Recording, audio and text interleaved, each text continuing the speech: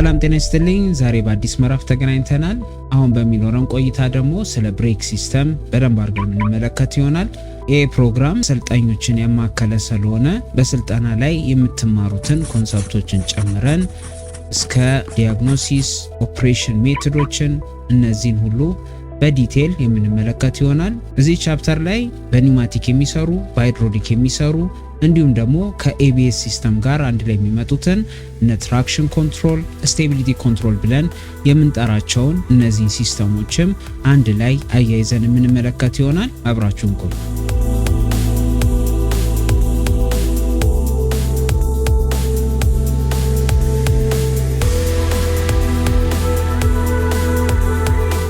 እሺ ዛሬ የመጀመሪያው ምዕራፍ የምንጀምር ይሆናል ማለት ነው።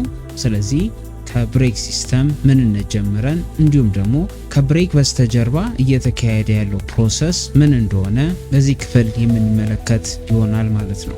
አንድ ነገር የሆነ ቦታ ላይ እንዲቆም ከፈለግን ትልቁን ሚና የሚጫወተው ፍሪክሽን ብለን የምንጠራው ወይም ደግሞ ይሄ ፍትጊያ ብለን የምንጠራው ይሆናል ማለት ነው። አሁን ለምሳሌ እኛ ኖርማል ለጥ ያለ አስፋልት ላይ ብንሄድና በጣም ስሙዝ የሆነ ፍላት የሆነ ሰርፌስ ላይ ለመራመድ ብንሞክር ያለውን ልዩነት እናውቀዋለን። ኖርማል መንገዱ ላይ በጫማችንና በመንገዱ መሃል ከፍተኛ የሆነ ሰበቃ ስለሚኖር እኛ በስርዓት ለመራመድ ያስችለናል። ልሙጥ የሆነ ሰርፌስ ላይ ለመራመድ ደግሞ ብንሞክር እንደሚያንሸራትተን እናውቃለን። አንድ ነገር ስቴሽነሪ ሆኖ እንዲቆም ወይም ደግሞ እንቅስቃሴ ለማድረግ እኛ እንኳን ብንፈልግ ከመሬቱ ጋር የሚኖረን ፍትጊያ ትልቅ የሆነ ሚና እንዳለው እናውቃለን። መኪና ላይም የብሬኪንግ ሲስተም ላይ የሚፈጠረው ነገር ይሄ ነው። የብሬክ ፔዳሉን በምንረግጥበት ጊዜ እንዲቆም ስፒዱን እንዲቀንስ የሚያስችለው ነገር ምን ስለሚኖር ነው? ከፍተኛ የሆነ ፍሪክሽን ስለሚኖር ይሆናል ማለት ነው። ታዲያ እነዚህ ፍሪክሽኖች እነዚህ መኪኖች ላይ ሁለት አይነት ናቸው ያለው። በመኪና ላይ ሲሆን ሁለት አይነት ነው ያለው። የመጀመሪያው ካይኔቲክ የምንለው ነው ወይም ደግሞ ተንቀሳቃሽ ብለን የምንጠራው ነው።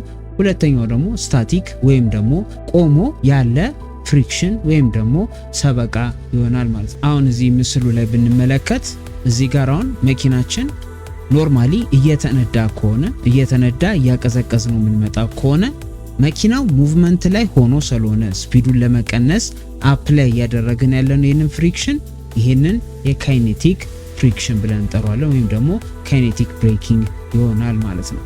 ስታቲክ የምንለው ደግሞ መኪናችን ቆሞ የሚኖረው የሰበቃ አይነት ወይም የፍሪክሽን አይነት ይሆናል ማለት ነው። የመጀመሪያው ካይኔቲክ ብለን የምንጠራው በብሬክ ዲስካችን ወይም ደግሞ ድራምም ሊሆን ይችላል ወይም ደግሞ ዲስክ ብሬክ ብለን የምንጠራው ታይፕ ሊሆን ይችላል። በኋላ ላይ በደንብ አድርገን እናያቸዋለን እነሱንም። እነዚህ ሲስተሞች ላይ የሚኖረውን ሰበቃ ካይኔቲክ ብለን እንጠራዋለን። መኪናችን ስቴሽነሪ ሆኖ ደግሞ ሲቆም እዚህ በጎማዎቹና በወለሉ መካከል የሚኖረውን ፍሪክሽን ደግሞ ስታቲክ ብለን እንጠራዋለን ማለት ነው። ስለዚህ ካይኔቲክ ብለን የምንጠራው በብሬክ ዲስኩ ወይም ደግሞ በድራም ብሬኩ አማካኝነት የሚፈጠረው የሰበቃ አይነት ወይም ደግሞ የፍሪክሽን አይነት ሲሆን ስታቲክ ብለን የምንጠራው እዚህ ላይ እንደምንመለከተው በጎማውና በወለሉ መካከል ያለው ሰበቃ ነው ማለት። ስለዚህ ጎማ እንደምናውቀው ጥርሶች አሉት። በዛ ላይ ፕሮፐርቲውም የጎማን ፕሮፐርቲ ምንድነው? ከፍተኛ የሆነ ሰበቃ እንዲኖረው ተደርጎ የተሰራ ነው። የመኪናችን ጎማ ፍላት ከሆነ ወይም ደግሞ ተበልቶ ያለቀ ከሆነ ድራይቭ በምናደርግበት ጊዜ ላይ በጣም ከፍተኛ የሆነ መንሸራተትን ያመጣል። ምክንያቱም ምንም አይነት ሰበቃ ከግራውንዱ ጋር መፍጠር ስለማይችል። አዳዲስ ጎማዎች ከሆኑ ወይም ደግሞ ጥርሳቸውን ያልጨረሱ ጎማዎች ደግሞ ሲሆኑ ድራይቭ አድርገን ብሬክ ስናደርግ የብሬክ ዲስኩ ተጨማሪ ጎማውም ከመሬቱ ጋር ቆንጥጦ ስለሚይዝ እንቅስቃሴ እንዳይኖር እንዲቆም ይረዳል ማለት ነው። ስለዚህ መኪና ላይ የሚኖሩት እነዚህ ፍሪክሽን አይነቶች ይሄ ካይኔቲክ ብለን የምንጠራውና ስታቲክ ብለን የምንጠራው ይሆናል ማለት ነው።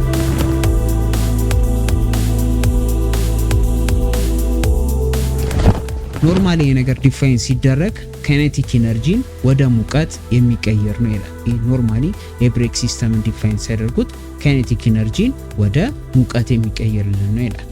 ይህንን ነገር በቀላሉ ለመረዳት ከፈለግን አሁን ለምሳሌ እጃችንን እርስ በርስ በጣም እናፋጥቀው ከሆነ ምን እየሆነ ነው የሚመጣው? እጃችን እየሞቀ ነው የሚመጣው። በእጃችን መካከል በሁለቱም እጆቻችን መካከል ከፍተኛ የሆነ ሰበቃ ስለሚኖር ያ ሰበቃ እንቅስቃሴያችን አሁን የምንፈጥረው እንቅስቃሴ ካይኔቲክ ኢነርጂ ይሆናል ማለት ነው።